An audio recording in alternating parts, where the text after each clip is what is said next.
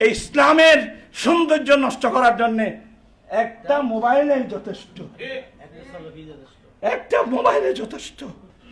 শুনে ভালো, এই ঘুমন্ত মানুষ জেগে উঠো। যেই নবী আমার জানের জান, যেই নবী আমার প্রাণের প্রাণ, সেই নবীর ইসলামের বাগান পাহারা দাও। কোথায় পাহারাদার? যারাই পাহারাদার তারাই চোরের তাঁতিদার। আজকে শুধু এগুলো না, আপনারা আশ্চর্য হয়ে যাবেন। এগুলো বলতে গেলে ইমাম আজম আবু হানিফা রাহমাতুল্লাহ, এটা একটা আটলান্টিক মহাসাগর। উনি জ্ঞানের বিশ্বকোষ ইমাম আজম আবু হানিফা রাহমাতুল্লাহ আলাইহি। এখানে একটা কথা বলি, সহিহ হাদিস, সহিহ হাদিস, সহিহ হাদিস। আমি প্রশ্ন রাখতেছি আহলে হাদিসদেরকে, হাদিস সহিহ, কিন্তু এই হাদিসটা যদি আল্লাহর কোরআনের সাথে দ্বন্দ্ব লাগে, হাদিস বিলকুল সহিহ, সনাদান মাতানান হাদিস সহিহ, কিন্তু কোন হাদিসের সাথে যদি আল্লাহর কোরআনের আয়াতের অর্থের সাথে যদি কি হয়, তখন কি করবেন? তখন কি করবেন? তখন সহিহ হাদিস রেখে দিতে হবে, আল্লাহর কোরআনের উপর কি করতে হবে। যেমন বুখারীর হাদিস, হাদিসে মুসাররাত, হাদিসে মুসাররাত সহিহ হাদিস, কিন্তু এই হাদিসটা ডাইরেক্ট আল্লাহর আয়াতের সাথে ফাতাদু আলাইহি বিমিসলি মা তাদা আলাইকুম, এই আয়াতের সাথে কি আল্লামা বদরুদ্দিন আইনি রাহমাতুল্লাহ আলাইহি বলেন, 8 কারণে এই হাদিসের উপর আমল করা যাবে না। কারণ এই হাদিসটা ডাইরেক্ট আল্লাহর কোরআনের সাথে কি হচ্ছে, সাংঘর্ষিক হচ্ছে।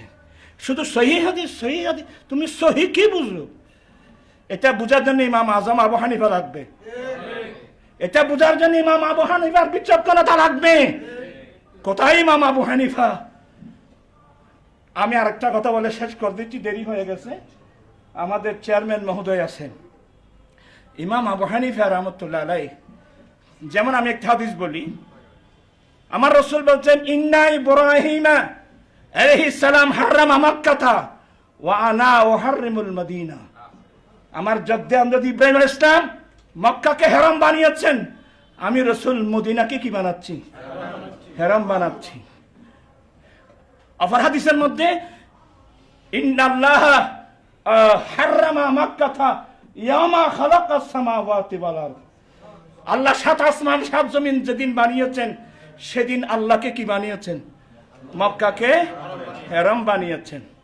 মক্কাকে হারাম বানিয়েছেন আল্লাহ। এবার এটা প্রকাশ পেয়েছেন ইব্রাহিম আলাইহিস সালামের মাধ্যমে।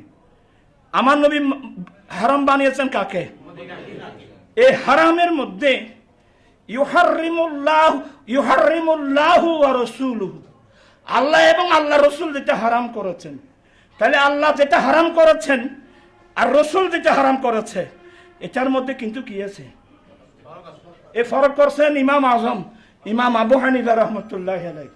যেমন আইয়ামে সালাসা, বিশেষ করে উজুর মধ্যে কয় ফরজ? এটা আমাদের হানফি মাযহাব মোতাবেক। শাফি মাযহাবের মধ্যে উজুর মধ্যে 5 ফরজ, আর একটা অতিরিক্ত কি, নিয়ত করা। কিন্তু ইমাম আবু হানিফা রাহমাতুল্লাহ আলাইহি নবীর ফরজ আর আল্লাহর ফরজের মধ্যে পার্থক্য করার জন্য একটা সাবজেক্ট বাড়িয়েছেন, ওয়াজিব। এর জন্য আল্লামা আরিফ বিল্লাহ, আল্লামা ইমাম শাহরানি ওনার বিখ্যাত কিতাব, উনি বলছেন, কানাল ইমাম আবু হানিফা রাহমাতুল্লাহ আলাইহি, কানাল ইমাম আবু হানিফা রাহমাতুল্লাহ আলাইহি, যে ইমাম আবু হানিফা রাহমাতুল্লাহ আলাইহি অন্যান্য আইম্মাদের তুলনায় ইমাম আবু হানিফার অন্তরে আল্লাহর প্রতি আদব বেশি।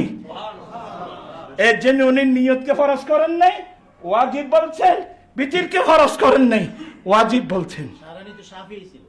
অথচ উনি শাফি মাযহাবের লোক হয়ে ইমাম আবু হানিফা যে প্রশংসা করলেন।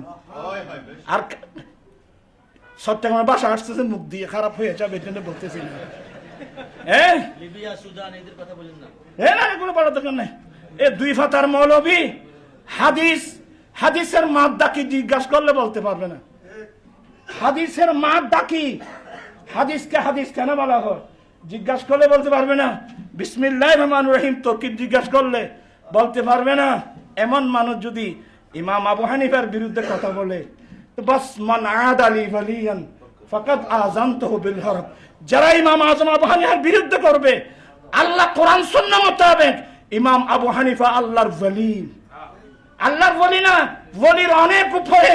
উনি ফকি, উনি মুজতাহিদ, উনি ফকি। আরে মুহাদ্দিসিন ইকরাম ফিকহকে প্রাধান্য দিতেন। এগুলো বলতে গেলে অনেক দেরি হয়ে যাবে। আমি আপনারা যারা আসছেন, আমি আমার ভাইয়ের পক্ষ থেকে আঞ্জুমানে কাদেরিয়া চিশতিয়ার আমার ছোট ভাই, ওনার আব্বা আমার উস্তাদ, অত্যন্ত মহব্বতের উস্তাদ। হ্যাঁ, উনি কি ছিলেন? উনি দুনিয়ার সাথে তার কোনো কি ছিল না, সম্পর্ক ছিল না। সে যা জায়গা জমিন কিনছেন সবগুলো ট্রাস্টের নামে কিনছেন। এই ছেলেদের জন্য 1 ঘন্টা জায়গাও তিনি কিনেন নাই। 1 ঘন্টা বলতে পারবে না কেউ। আমি সব জানি। তাদের সাথে আমার পারিবারিক সম্পর্ক। ওনার বড় ভাই এ আমার ছাত্র, আলহামদুলিল্লাহ তাদেরকে কিছু পড়াবার সুযোগ হয়েছিল সবাই। এ সুবাদে আমি সব কিছু জানি। আবারও আহলে সুন্নাত ওয়াল জামাতের পক্ষ থেকে এত সুন্দর একটা অনুষ্ঠান আয়োজন করায় আমি আঞ্জুমানে কাদেরিয়া চিশতিয়া আজিদিয়াকে আহলে সুন্নাত ওয়াল জামাতের পক্ষ থেকে আবার ধন্যবাদ জানাচ্ছি। আপনারা যারা সময় ব্যয় করে কষ্ট করে এসে সহযোগিতা করেছেন, আপনাদেরকে মুবারকবাদ জানাচ্ছি, কৃতজ্ঞতা প্রকাশ করছি।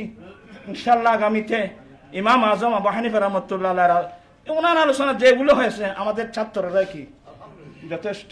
আমি আর কথা না বাড়িয়ে এখানে শেষ করলাম। ওয়া আখিরু দাওয়ানা আলহামদুলিল্লাহি রাব্বিল আলামিন। আসসালামু আলাইকুম ওয়া রাহমাতুল্লাহি ওয়া বারাকাতুহু।